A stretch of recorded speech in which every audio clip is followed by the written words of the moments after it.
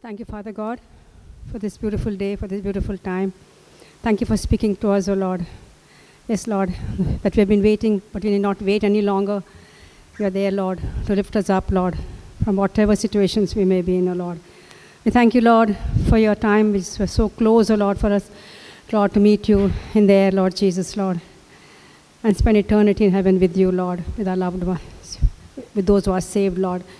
Thank you so much, O Lord. As I surrender myself, surrender my church members here, Lord, I pray for your rich anointing, Lord, that will help me to share and also for them to understand, Lord. Thank you, Holy Spirit, you're there in our midst to help us, lead us, guide us.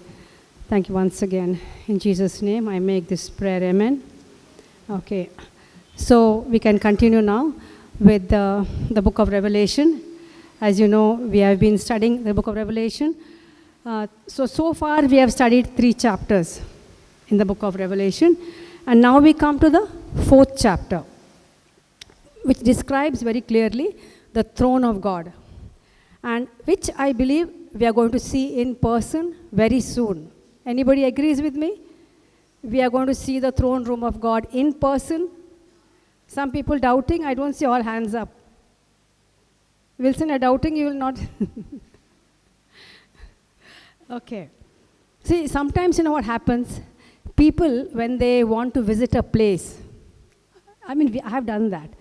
What do they do generally? They get some brochures about the place.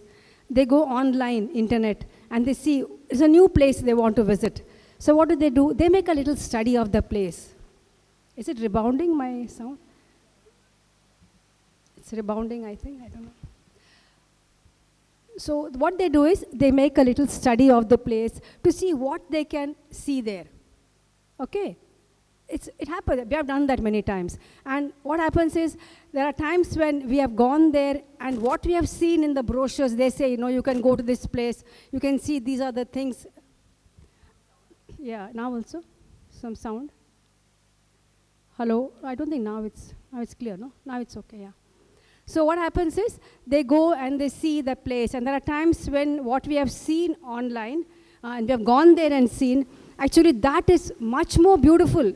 There are times when I've come back and told also, to my husband, what I saw there is much more beautiful than what I read about it on the internet or in the brochures that what we had received, especially when we had gone to Singapore. First time when we went, no doubt my son is there, but the thing is we had also seen what to see there in Singapore.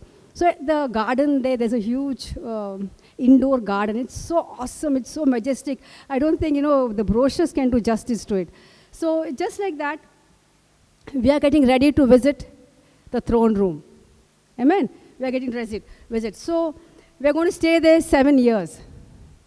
I hope there's no doubt about it. We are going to be staying there 7 years. So let's get familiar with this place which we are going to visit. And I'm sure it's going to be much more beautiful than what we are studying about it right now. So before we proceed to this, to studying about this, let's rise up and claim the promise, because there's a promise made, as we know, in the book of Revelation. Revelation 1:3. Let's stand up, please, and claim this promise for those who read, hear, and obey the words of the prophecy. Let's read it together. Blessed is he that readeth, and they that hear the words of this prophecy, and keeps those things which are written in it, for the time is at hand. Amen? We can sit down. So now we start studying about this, but before we proceed to chapter 4, I would like to take up Revelation 1:19. It refers to that, So we go back to Revelation 1:19. It says in Revelation 1:19, write the things, John was told, Jesus told him, write the things which thou hast seen, the things which are, and the things which will take place hereafter. So we have already studied about it. The things which he has seen was actually, he had in the vision, he saw the physical appearance of Jesus in all his glory, in all his majesty. John saw this in the vision. The things which he has seen. The things which were present. Next was to write the things which are present. That was the condition of the 7 churches at that time. What was the condition of the 7 churches? Which even apply even till today. That is what he had seen. And the things which will take place after this. The 3 things. Let us see. Okay. Now, he's instructed to write what would happen after these things in John 1:19. So now the thing is, let us go to Revelation chapter 4, verse 1. We'll go by verse. I think we have time. We can finish it up fast. There are just 11 verses. After these things, I'll read from me. Okay. I looked, and behold, a door was open in heaven, and the first voice which I heard was as it were of a trumpet talking with me, which said, "Come up hither, and I will show thee things which must be hereafter." In other words, which must take place after the church age. So now in the Greek language, let's remember one thing. The New Testament was written in which language here? In Greek. It was written in the Greek language. So the word used here is metatauta. Can we write that word? metatauta. Metatauta. That was the Greek word written in Revelations 4:1 in the Greek version of the New Testament, because the New Testament written in Greek language. So we can see 3 times this word metatauta is used. 3 times. Once it is used in the Greek language in Revelation 1:19, because he says after these things. Again you see in Revelations 4:1, it starts with after this. It ends also which must be hereafter, which means the same thing, after these things. So 3 times this word metatauta is used. Now what is this main thing is talking about in Revelation 4:1? What is the main thing is talking about? So let's read it. We are ready just now? Yeah. So this particular verse is referring to something which is a matter of great controversy. Even today, there are some believers accept it. It talks about the rapture, actually. It talks here. And there are believers who accept. There are believers who don't accept. There is the other denominational churches which don't accept it. They find it very difficult. How can a human being just be disappear in the air like that? But there are Christians who also believe, so many miracles took place, the dead came to life, that they believe. They believe Jesus was conceived by the power of the Holy Spirit. Christians. But they are refusing to accept things like, they just laugh when I tell them sometimes, and they just laugh and say, how can you expect a human being to just disappear and go up in the air? They will know only once the rapture takes place that it is true. Okay. Now, this particular word, rapture, from where does it come? It's not in the Bible. If somebody says it's not in the Bible, how can you say it's something to... Yeah, it's caught up. They say caught up. But we talk about rapture all the time. No? We hear of people preaching on the rapture. An unbeliever may tell you, how come you say the rapture? Because it's not in the Bible. They won't find that word. So basically, one thing we need to remember, this word, it comes from the word, actually original word in Greek is harpazo, Harpazo. That is the Greek word, because the original New Testament was written in the Greek language. So they use the words harpazo. Now how did rapture come?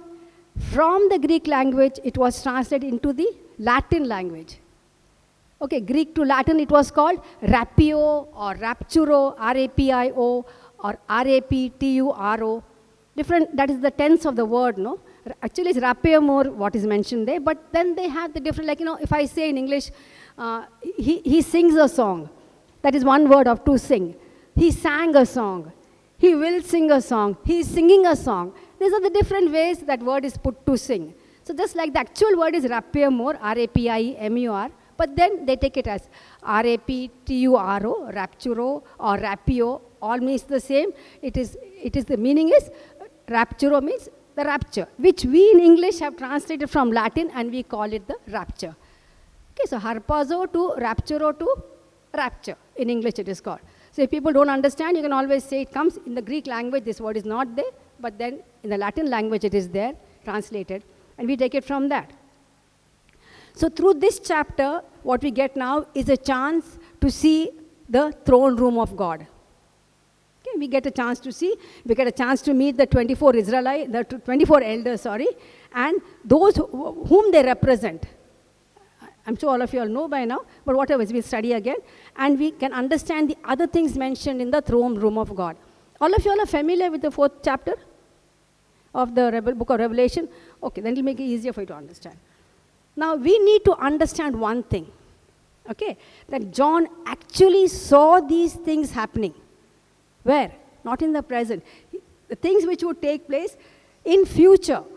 It was literally, he was transported into a future realm, a future time, when actually he saw all these things happening, what the Lord was showing him and what he wrote down. So if you see the first clip, Manor, 70 times, I've sent you the clip, most all of you I think have got the clip, you must have gone through it. 70 times, you can increase the font a little bit for them, I can read, but it's a bit too small. 70 times it's mentioned from Revelation 4:1 to 21:10. We have got the words, John writes, I looked, I saw, I heard. Specifically, he says 35 times it is mentioned, I saw, 7 times it's mentioned, I beheld, 23 times he's mentioned, I heard. So very important in this chapter, we will see why the rapture is a real event. Why it's a real event. See, the thing is, today also when we talk of the rapture, and my sister in Christ, Jessie, always tells me, when is it coming? I'm tired of waiting. And I'm sure all of us are tired here, waiting, because we've been hearing so much from last year. In fact, 2018, I first got to know about this rapture thing in 2018 when I'd shared it in 2021 year on the rapture, how I really believe it's going to happen in September 23rd. The date was given, and I remember still that day I was playing in the compound in Singapore. I was alone, that my husband had come back early. I was playing with my granddaughter in the compound, and that day I didn't go down. Till 22nd September I went to play. 23rd I didn't go because rapture is taking place. If my little baby girl, she's 2 years, granddaughter, if she's also raptured with me up, my son will throw a fit. This mother came here of mine and they disappeared, both of them. So I really took it seriously. I sat there and I didn't go out of the house. I waited there only. These are I don't know, all of you must have heard this. I had mentioned it before, about 3 years back. And then another friend also brought her jewelry out from the bank and kept it because somebody can accept it. I'm not blaming anybody. We all took it seriously because the date was given. One thing is no one can give a date because it's very clear the Bible says no one knows the day and the hour and the time. That's all. The Lord will decide which day. But one thing we know is people were tired even in those days waiting. We are tired now. Even in those days, if you read 2 Peter 3:4, even that time when Paul was preaching, what did they say? They were tired of waiting. He says, things are going on the same way from the time of creation till now.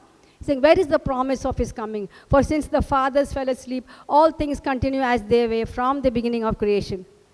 So even then they were tired of waiting. Maybe they were waiting for the second coming, I think, or maybe what they were waiting, I don't know whether they understood about the rapture then, I do not know. But they knew he's coming. So they were also tired. So I don't think it's anything different today. We are also tired. But when you look around and we see what's happening in the world, definitely it's not far off. It's very, very close what's happening you see in the world. So now in Revelations 4:1, John hears the voice of a trumpet, and he hears the voice of the trumpet telling him, come up here and I will show you things which must take place after this. We heard this word of the trumpet calling people up in 1 Corinthians 15:50 and also in 1 Thessalonians 4:16. The same word, the trumpet is the voice of a trumpet they hear. So in that also it is mentioned, the trumpet. Now, if you see in the Old Testament, there is no reference to the word rapture at all. There is no reference. But there are certain incidents which take place, which was already mentioned by Isaiah 26:19 to 21, Zephaniah 2:3, Psalms 27:5. If you read, you can take up Isaiah 26:19. Isaiah 26:19. He speaks of things, go hide into your chambers until the wrath of God. It's sort of, you can understand indirectly that, to be safe, you hide into the Lord. 19, Thy dead men shall live, together with my dead body they shall arise. Awake and sing, ye that dwell in dust, for thy dew is as the dew of the herbs, and the earth shall cast out the dead. Next, 20. Come, my people, enter thou into thy chambers, and shut thy doors about thee. Hide thyself, as it were, for a little moment, until the indignation be overpast. And 21. For behold, the Lord cometh out of his place to punish the inhabitants of the earth for their iniquity. The earth also shall disclose her blood, and shall no more cover the slain. In a certain way, we can say this also could be symbolic of what, when we go up, what will happen on this earth. Indirectly, not directly. Then again, in the New Testament, of course, it's very clear. John 14:1, what did the Lord say? Jesus said, I am going to prepare a place for you, that where I am, you may also be. So definitely, it is a definite event going to take place. Now, to understand the word rapture better, let us understand how it is applicable using the example of a Jewish wedding. I've sent you the clip already. You can put up the clip 2. Better to study that, it's clearer. So the first thing is, it's very small for my eyes. Y'all can read? Okay. Okay. There is the betrothal, what we call today is the engagement ceremony, which takes place right in the beginning. It's a binding agreement where the bridegroom, he pays a purchase price for the bride. Today's world actually is the opposite. The bride, the girls have to literally give money. It's for the dowry or whatever it is. But it's not so. In the Jewish custom, the bridegroom will pay the price for the bride. So now she is set apart, she is sanctified for a bridegroom, and then what he does is he departs to his father's house. Only the engagement takes place. He goes back to his father's house because he's going to make an additional room to bring his bride and stay there in his father's house. So now what is the work of the bride? She has to be ready for the groom, because now she does not know when he's going to come. It's a surprise gathering. It's mentioned over there. He's going to give a surprise to his bride. That's the Jewish custom. After the engagement, suddenly he will come and he'll take his bride away. That's the custom. Maybe it's going on even today, we don't know. So they would come at a time when she is not at all expecting him. So she's expected to be ready all the time. He comes, he carries her away to the wedding, and then they have the 7-day marriage supper after that. This is the Jewish custom for their weddings. So today, how does it apply to us? The same thing. The purchase price has already been paid. How, Jia? What is the purchase price paid for us? What did he shed? His precious blood. The blood was shed for our redemption, for us to be saved. So the purchase price has been paid. We are already engaged to Jesus. Betrothal is over. So then, what are we supposed to do? We are now set apart. We are set apart, as the bride is supposed to be set apart in the Jewish wedding. We are set apart, we are sanctified. We have to live sanctified lives. And we have to live in hope. I think all that is there mentioned. It's in another one. You can check your clips on the mobile. Another one, I think, it'll come. Okay, we are supposed to live in hope and in expectation of a victorious and a purified life. We have to expect Jesus' return at any time. At any time. To take us to his father's house for the wedding. Now, we come to the third clip, which is called the doctrine of imminency. Third clip is doctrine of imminency. No, it's too light, I think, yeah. Doctrine of imminency, not to two ends. Clips. That's the third clip, I think. Clip 3. So what does it mean? Simple word. It is simple. Imminency means what? Immediate, any time. It's okay even if you don't get that, it's fine. So even Paul, during his time, he too was expecting it the way he wrote, if you read Thessalonians and other letters, he thought any time the rapture will take place. So that's the doctrine of imminency. That's why we are supposed to live, I think it comes in that, you've got to live a victorious life, yes. Believers are taught to expect the Savior from heaven at any moment, expresses hope and a warm spirit of expectancy should result in a victorious and a purified life. So as we are waiting for the Lord's immediate return now, anytime, this is how we are supposed to be living. Now, one thing important to understand is, where there's a lot of confusion today, the second coming and the rapture. In both cases, we have Jesus coming. But there is a lot of difference between the two. As I've sent you the scripts, this thing already, clips 4 and 5, the two events.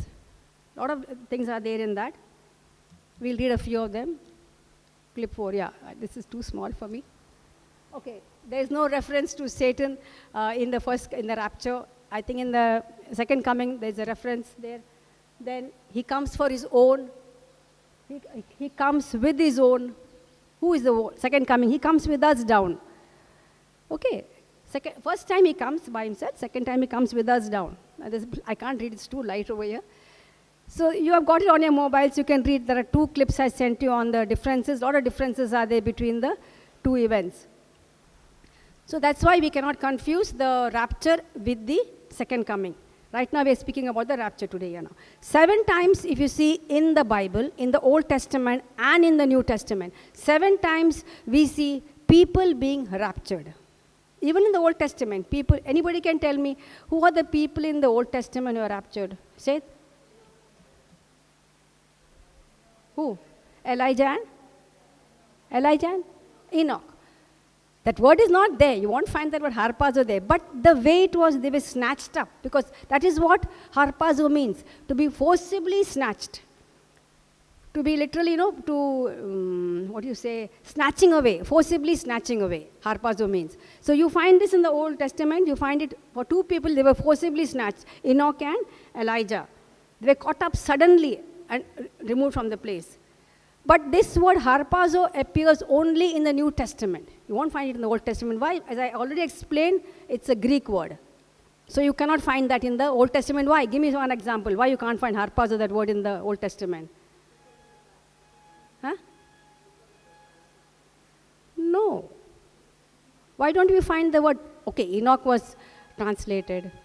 Enoch was caught up. Elijah was caught up. But that word is not used. Harpazo word is not used there. Other places it is used in the New Testament. Okay, as I understand it, the Old Testament was written in Hebrew language, right? Old Testament, originally written. So this is a Greek word, not translation. That is written only in, that was the Old Testament written in Hebrew. So you cannot find that word. It was not, when you go to the Old Testament in Hebrew, you won't find that word harpazo. They might have used some other word in Hebrew language which showed that they were snatched up. But this word you will find in the Greek New Testament, because it was written in Greek by the apostles, it was written. So, who are the other people? I told 7. Who are the other 5 in the New Testament?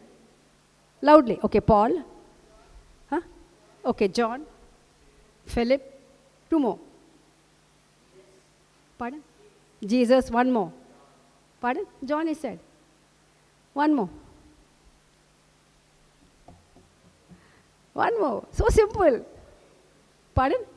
Who said that? Yes. You saw that. You saw it there. Okay. Okay. The body of Christ, because we are waiting for the same thing. No. That's what 1 Thessalonians says in Greek. Yeah, that's it. You see. No, it's mentioned already in the Greek Testament where this harpazo word, 14 times it is used. 14 times the word harpazo is used in the New Testament. 14 times. It could mean snatching away from the earth to heaven. Harpazo could be used in that terms. It could mean snatching away like Philip from one place to another place. That is also harpazo mentioned. And it could be removing from a difficult situation. Like you find that where Jesus was concerned also, when he was literally removed, the crowd was there and he was literally snatched. Yeah. That's also a word. There also you read the New Testament, harpazo word is used. So 14 times, I was reading this thing, it is mentioned 14 times in the New Testament. This harpazo word, remember. Also, another thing we're going to need to remember, in the rapture, it's not just the living, it's also the dead in Christ. They will also be rising before us. And then soon after that, along with them, literally you can say, they rise, then we rise. Those are alive. See, I know you may be feeling bored because we have studied this so many times. It may not be sounding new to you, but I'm trying my level best to try and help you. Now we finished the first line, only the first verse we finished. So we got the 7 people who are literally raptured from earth up and here sideways also.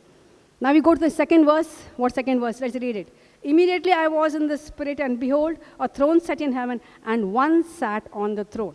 Now this word, the next clip 7, I think it's called. Clip 7, huh? Clip 4, okay, clip 4. I made a mistake here. Yeah. The word throne appears 58 times in not the 7 raptures. This talks about the thrones. The word throne appears 58 times in the New Testament. From that, 43 times it appears in the book of Revelation, and 14 times in chapter 4. Can you imagine? When I was listening to this preacher, I quite had a doubt. 14 times in the chapter 4, I started counting. I shouldn't have doubted because he's a mighty man of God describing this. But I literally counted and I saw there were actually 14 times the word throne or thrones is mentioned in chapter 4. That's why it's called the throne of God, this particular chapter. Okay, so a throne, what is it symbolic of? A throne. Somebody sitting on a throne. What is it symbolic of? Yeah, honor, authority, power, judgment. A throne is symbolic of all these things. It belongs only to the king, king of kings, to God only. Only to him he belongs. So in this clip now, we will get to know more about thrones. And I've already sent to you the different thrones. Messiah will sit on his father's throne, on the throne of mercy, the throne of David. It's too far from me. Then we have got the 12, what is that, 12 apostles. Yeah, and the first is thrones appears how many times. So that is in a clip already. You can just refer to that. Then we go to verse 3 now. Now this is an interesting verse. It took me a lot of study to understand this verse, verse 3. Anybody found it difficult to understand verse 3? I found it a bit difficult to get the comparisons, but whatever.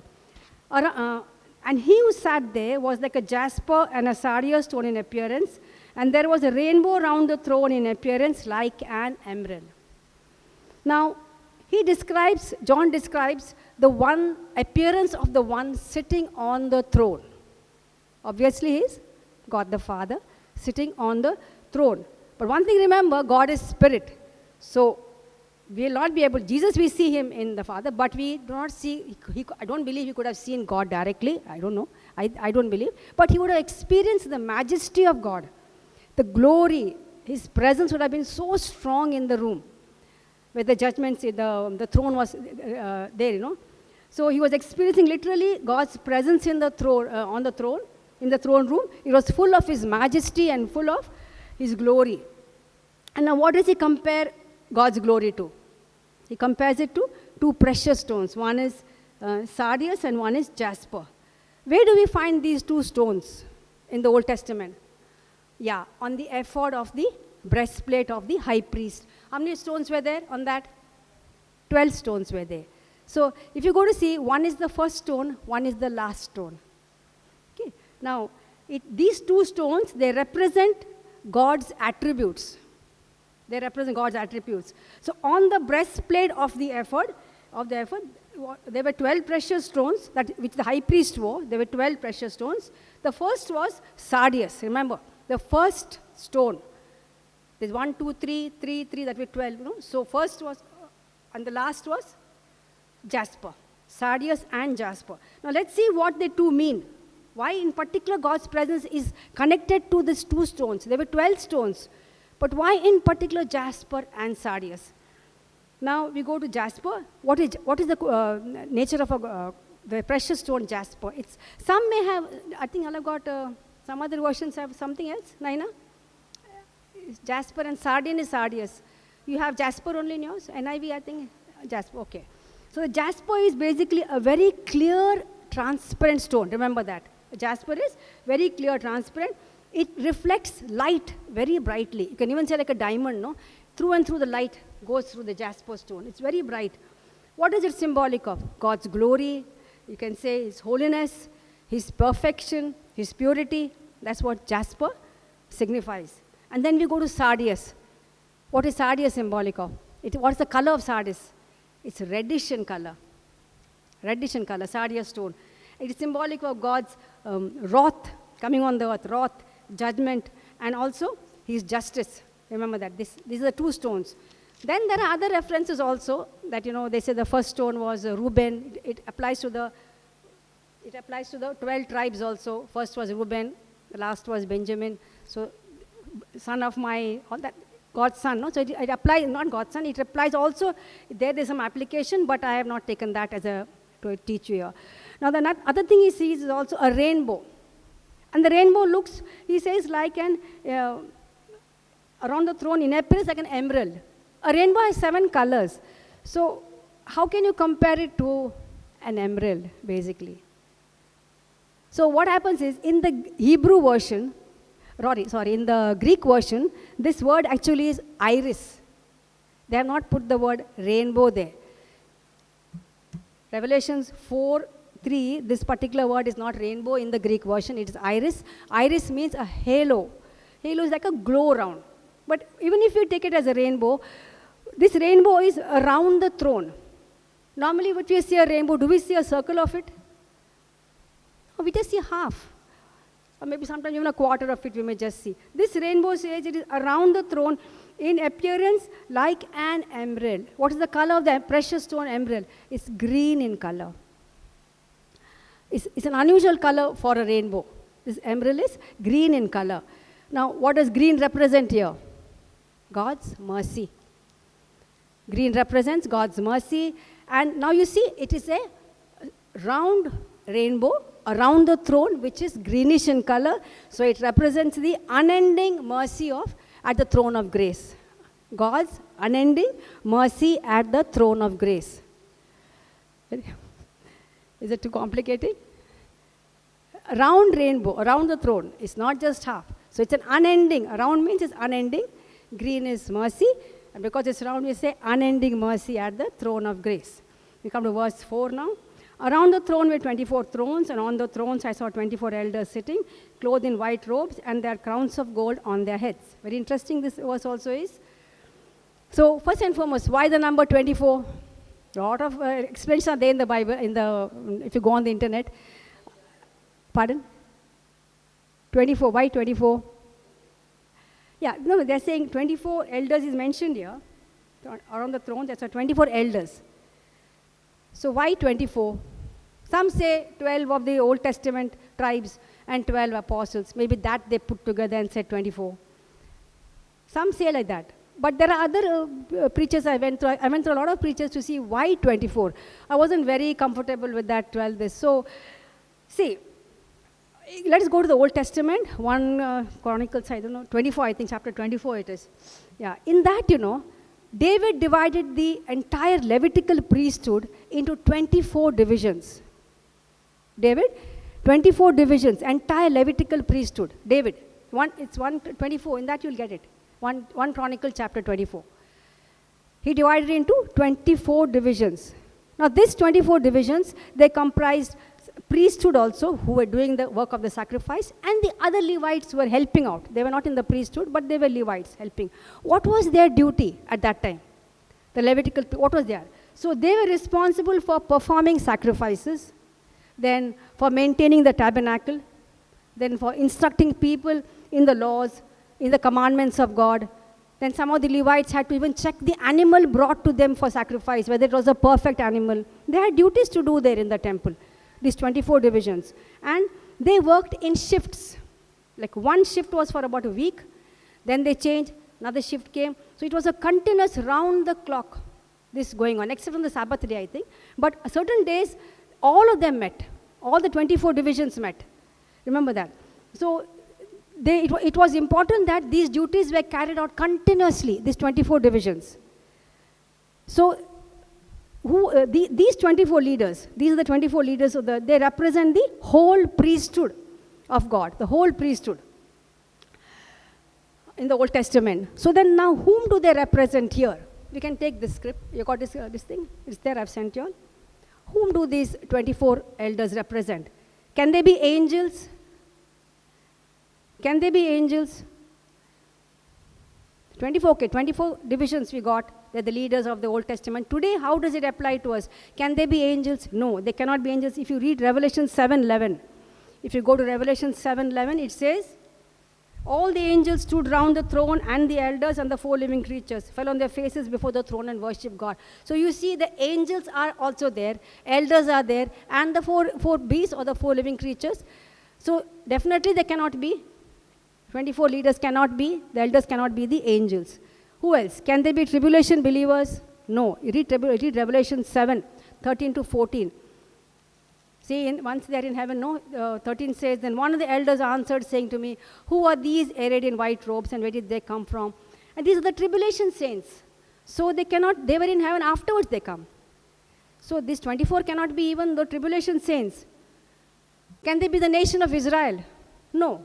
Because at that time, the nation of Israel was still not judged. That comes in chapter 7 and chapter 12. We are still on chapter 4 here. So who are these 24?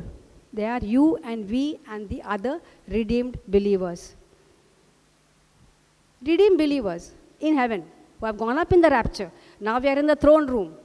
These 24 elders whom he sees are actually the entire group of the redeemed, raptured believers in heaven around the throne of God, sitting on those 24 thrones.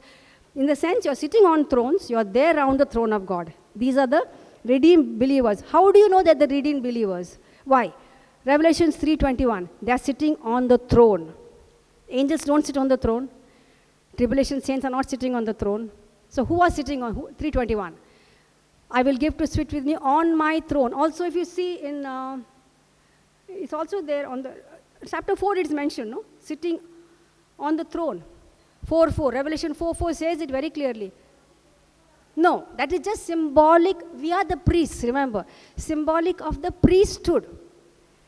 The 24 shows that Levitical priesthood is what we are today. So every raptured believer will be there around the throne of God, sitting on their own independent thrones. And how do we know that we are there? Because first and foremost, they're sitting on thrones. Who sits on thrones? Main thing is God will sit. Then around him, not the angels, not the tribulation saints. They are we. Is mentioned there. Then they are wearing white robes. You see that in Revelation 3:5. He says they are clothed with white garments. So obviously they have to be the redeemed believers. Then they are wearing crowns of gold. That's again there in Revelation 4:4. They are clothed with white robes. They are crowns of gold on their head. So these cannot be anybody else but the redeemed believers wearing crowns of gold on their head. And Revelation 5:10, very important, which you won't get this for, this will not be for the angels or the tribulation saints. These are called kings and priests. And thou hast made us unto our God, kings and priests, and we shall reign on the earth. So these are the people sitting on those thrones, and they are around the throne of God, in the throne room of God. That is where one day we will also sit as redeemed believers. That is meant for the redeemed believers only. Now, the crowns, they are wearing crowns of gold. Already Pastor has taught on this. That's already there in your notes. We have 5 specific crowns. We have the crown of life. Can somebody read it loud? Possible? 1 minute. We have the crown of life for those who have suffered for his sake. Second one is crown of righteousness. That is for those who have loved his appearing. Then the third is crown of glory for those who fed the flock. Crown incorruptible for those who press on steadfastly. Crown of rejoicing for those who win souls. I don't know how many of us will get all the 5 years. I said, Lord, at least one give me. 5 crowns. But the thing is, there will be other rewards, of course. Because Jesus says, even if a small good thing you do, like in his name, you do help people, there are definitely other rewards. I had already spoken in the ladies' meeting at the Bima State Judgment. No? There are rewards given for other things. But these are the specific, main crowns. Awesome it will be. They are all sitting there. Okay, now we go to Revelation, the 5th. I made 2 books today. Half is in that book, half is in this book. Okay, now we go to verse 5. And from the throne proceeded lightnings, thunderings, and voices, and there were 7 lamps of fire burning before the throne, which are the 7 spirits of God. So now, what are these lightnings, thunderings? In the Old Testament, where did they hear lightnings, thunderings, voices? They all got scared. Mount Sinai. So that is actually what? It is symbolic of the coming wrath of God. He hears this at the throne. Thunderings, lightning, voices, lightning. It signifies the signs of the coming judgment and wrath of God from the throne room of God. What's going to happen from the throne room? This is signifying that. So must have been quite frightening to listen to that. Then what are the 7 lamps of fire now? What he says here, 7 lamps of fire burning before the throne. We have the 7 spirits of God. I think it's simple. They symbolize the presence of the Holy Spirit in the room. The Holy Spirit was mightily present in the room. 7 spirits, the 7 lamps of fire. 7, because 7 is symbolic of perfection. So it symbolizes, it refers to the perfect ministry of the Holy Spirit. 7. We always know 7 is kind of symbolic of perfection, no? So it's a symbolic of that. Then we got that 7 spirits of God. Now we need to understand one thing. The Holy Spirit is not visible. He's a spirit, no? So he's not visible through the naked eye, through our eyes, in the physical form. So in the throne room, he represents what? He represents himself as the 7 burning lamps of fire. That his presence was manifest there in the room through the 7 burning lamps of fire. Then we go to verse 6. This is another little complicated one for me. It took some time for me to understand. Before the throne, there was a sea of glass like crystal. And in the midst of the throne and around the throne were 4 living creatures full of eyes in front and in back. So the living creatures are mentioned here. They are the cherubim. They are the angels. We'll speak about them afterwards. I just want to go to this sea of glass like crystal. What is this sea of glass like crystal? I referred to many preachers. I just couldn't get a proper understanding. Before the throne, there was a sea of glass like crystal. The closest understanding what I could understand is in the Old Testament, before the priests went into the holy place, most holy place, what they had to do? They had to wash. There was a laver, like a basin there. It was called the Sea of Cast Bronze. Sea of Cast Bronze. That was the name given to it. They had to wash and then enter into the holy place. Today, we are already cleansed and redeemed and washed by the blood of Jesus, by His word. We are already cleansed, redeemed, and sanctified. So now, this sea of glass with this crystal-like transparency, this one preacher explained that, it symbolizes the cleansing power of Christ's sacrifice. Cleansing power of Christ's sacrifice. This sea of glass, it symbolizes that. And the purity that is imputed through faith in Him. The purity that is imputed through faith in Him. Sea of glass like crystal. If you see the other chapter, I think it comes in chapter 12. They are standing like fire. The glass, it was on fire. That He says they are the redeemed saints. In tribulation time, through fire they have.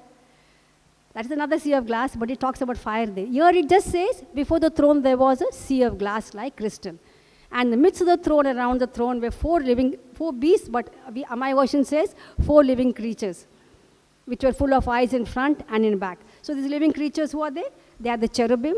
Now each cherubim, we can see the description in verse 7. The first living creature was like a lion, second living creature like a calf, third living creature had a face like a man, and the fourth living creature was like a flying eagle. So each description describes the attributes only God has. They have attributes which only God has, and it also shows, the awesomeness of God's power in creation. I'm sure you can tell me, the lion, he's the king of animals. So what is it symbolic of? God's power, symbolic of that. The second cherubim had a face like an ox. He's the king of domestic animals. What is it symbolic of? God's strength. Strength, yes. The man, is the king of God's creation. Symbolic of God's glory. It's there in the Bible. And the flying eagle, he's the king of birds. He's a symbolic of God's majesty. So they're not simple at all, these names are not given. They're symbolic connected to God's, His attributes. Okay. So they are very important in the book. Once when I've spoken on the angels, there's a lot written on that. But cherubim, in short, they guard the throne room of God. What do the cherubim do? They're huge angels. Some places they say they had 4 wings. With 2 they cover their face, with 2 they cover their feet. In some places they say 6. Seraphim had 6 cherubim. Here they mention about cherubim, but then they also mention 6 wings. So definitely they are angels. Very powerful angels there. In the Old Testament, we find these cherubim were carved in the temple on the walls. They were also, painted on the walls. These cherubim were painted on the walls and woven into the curtains. Cherubim were seen everywhere in the temple in the old days. And very important, where were they made to sit on? Cherubim. On the throne of mercy, on the Ark of the Covenant, on top. They were facing each other. 2 cherubim were made to sit on that. So it is facing the mercy seat. These 2 cherubim were facing the mercy, like this facing, if this is the seat, they were facing the mercy seat. And it is from the mercy seat that God spoke to Moses and the people in the Old Testament. We go to verse 8, and the 4 living creatures, each having 6 wings, were full of eyes around and within, and they do not rest day or night, saying, Holy, holy, holy, Lord God Almighty, who was, is, and is to come. So the many eyes of the cherubim, it says they had full of eyes. What does it mean? They are beings of great intelligence. Cherubim, very powerful. They are beings of great intelligence. They are before the throne of God. That is their work. They continuously worship God and they magnify God. And what do they sing? Holy, holy, holy, Lord God Almighty, who was, is, and is to come. So this is also giving us, before I close, there are 3 more verses. So we'll read 9, 10, 11. Whenever the living creatures give glory, honor, and thanks to Him who sits on the throne, who lives forever and ever, the 24 elders fall down before Him who sits on the throne and worship Him who lives forever and ever, and cast their crowns before the throne, saying, You are worthy, O Lord, to receive glory, honor, and power, for You created all things, and by Your will they exist and were created. This is what they were doing, and this is what we will have to do also in heaven. This is only one job, that is there to worship God continuously. So no one, as we speak, Sabino, can you come up, can have that song? So as such, no one and nothing else can be worshipped, as we know, but God alone. Secondly, when worshiping God, also the state of the heart. The state of the heart is very important. We need to be humble. Jesse, Krishna? Yeah. We need to be very humble before the Lord, because with pride we cannot worship our God. We need to be very humble before our God. Humility is so important. As we see the Pharisee and the tax collector, we worship him for who he really is. We worship him with reverence. Now, what did the elders do? What did the elders do? They cast their crowns before the throne. Right? So, to whom do these crowns belong? They belong to Jesus. Today, let us, as we spend a little time in worship, let's cast all our achievements, our successes, our victories, whatever we have earned. We might have thinking it's all ours, but we cast them down at the throne. We don't hold on to our successes, our achievements, our victories, It all belongs to God. Amen? He alone is worthy of all our praise and worship. Thank you, Father God, as you have helped me to share, Lord. I just trust and pray, Lord, that you'll help them to understand, Lord, how important, Lord, since the rapture is going to take place so soon. We'll be ready, Lord, in every situation, circumstance, Lord. We will not doubt your presence, Lord. We know that you're there with us, Jesus, Lord. Thank you, Lord. Yes, Lord, the rapture is so sure, Lord. And we are waiting for it eagerly to happen, Father God. We will be able to spend eternity in heaven with you. Thank you so much, Lord, that you have made it possible through your precious blood, my Jesus, Lord. I pray also, Lord, those who may be listening to this later on, they'll understand the times, Lord, are going to come are not at all favorable, Lord. They're very dangerous and terrible times, Lord. At least now, Lord, I pray that you'll open their eyes, their understanding, Lord, that they need to come to you and be born again, Lord Jesus. I pray, Lord, may none of us here, Lord, miss out the rapture, Lord. And I believe, Lord, definitely, Lord, since you have sanctified us and yes, made us holy, Lord, you'll keep us holy, waiting in holiness for your return, my Jesus, Lord. Bless your name, Lord. Love you, Lord. Hallelujah. Worthy of it all. Let's have a little